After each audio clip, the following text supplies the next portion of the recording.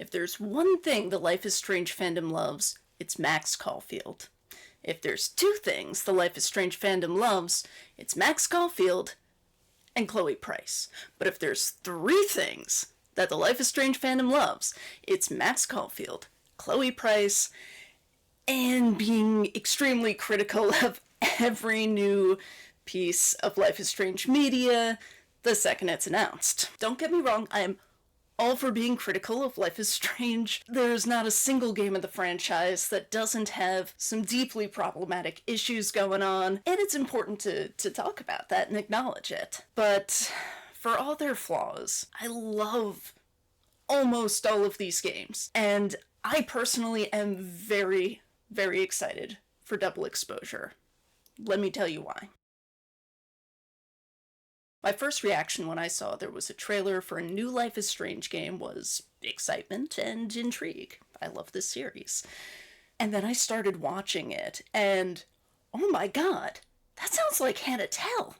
Is that Hannah Telle? Is that Max? Max is arguably the most beloved protagonist of the Life is Strange franchise. For many, she and Chloe define Life is Strange, despite the wishes of the original devs, Don't Nod. When Don't Nod publicly stated that they were done with Max and Chloe, the fan was generally pretty bummed out about this. Since Don't Nod relinquished control of Life is Strange, or Squeenix took control of Life is Strange, however that shook out, we've gotten a few morsels thrown our way.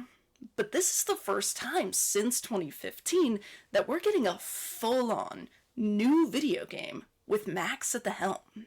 Max is back! And perhaps even more importantly, Hannah Telle is back. Telle hasn't done a huge amount of acting since Life is Strange 1, focusing instead more on her music career, which, if you haven't checked out her music yet, I highly recommend it. Absolutely do it. She's fantastic. And from what I've seen in interviews and such, Max is a character that's pretty dear to her. So I, for one, cannot wait to hear what Telle has in store for us with this more mature Max. Speaking of a more mature Max, I'm digging Max's new look. We don't yet know for sure exactly how old she's supposed to be in this, but given that it's set in a college, we can assume that she's meant to be at least in her early 20s. Honestly, she seems like maybe a little bit older than that. There's speculation that maybe she's more faculty than student. So considering that, one, it's a different art style than the original game, and two, Max is at least a few years older, I think they might have done a pretty solid job with her character redesign. She's got the right nose shape, she's got the same cheekbones, she's got her baby blues. Her clothing style is, if anything, more androgynous. And yes, of course, she's got the freckles. Because if the Life is Strange fandom loves a fourth thing, it's freckles. One of my biggest complaints about Max's original design was her unmoving hair helmet, so it's really nice to see Max with some flow to her hair. It's like she finally found a really good conditioner.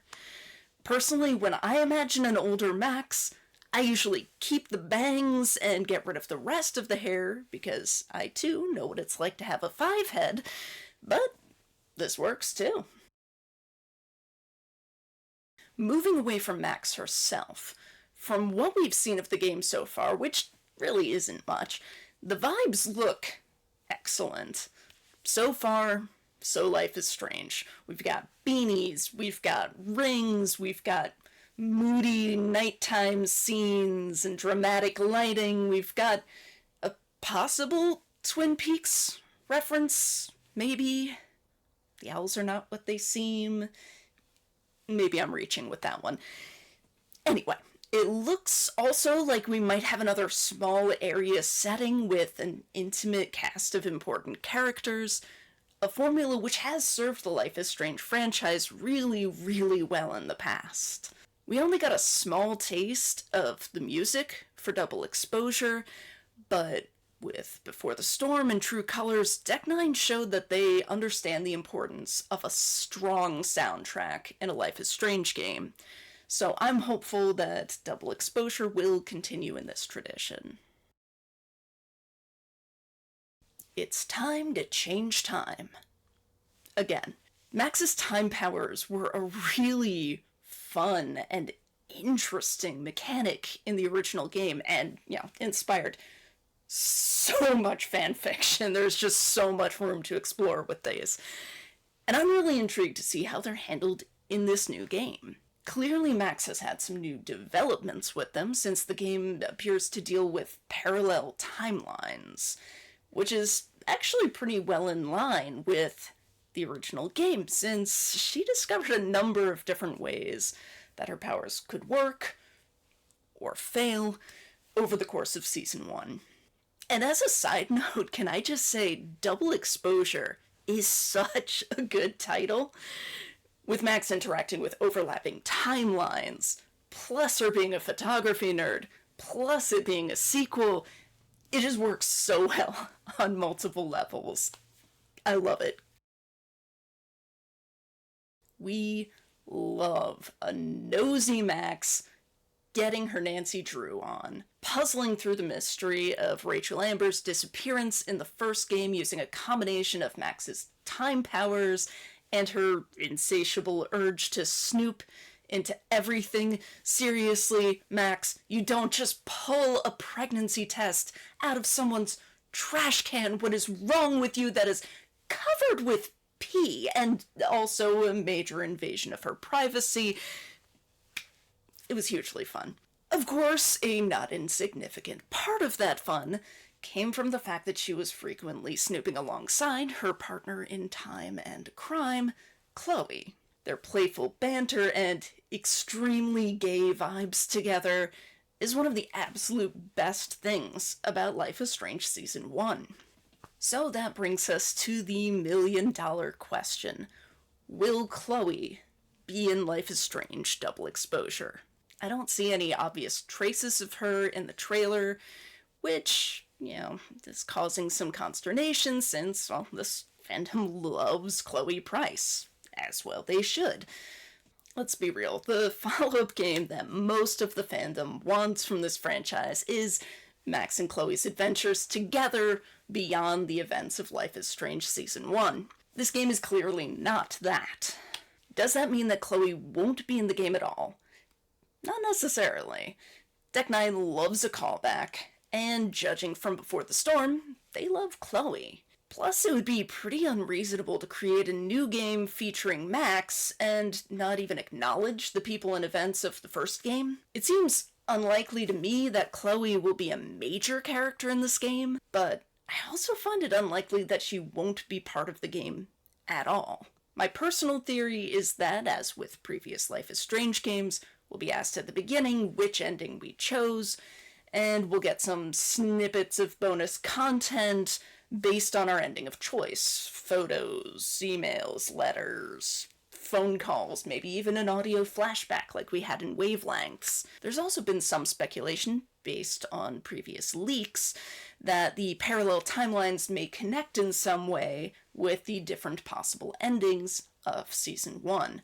So we may get some Chloe time via an alternate timeline. But I genuinely doubt that Chloe's going to be left out entirely.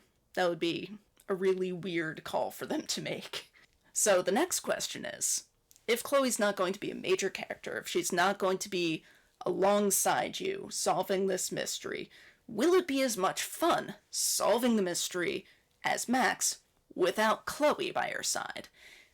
Honestly, no, it probably won't. If Chloe isn't an active part of the game, her absence will be felt. There will no doubt be other interesting characters for Max to play off of.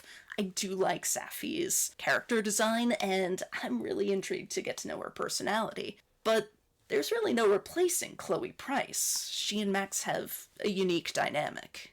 Even so, that doesn't mean that this won't be a good game. Based on this first trailer, and really all we've seen is a tiny little piece of this, but based on this first trailer, I see a lot to look forward to.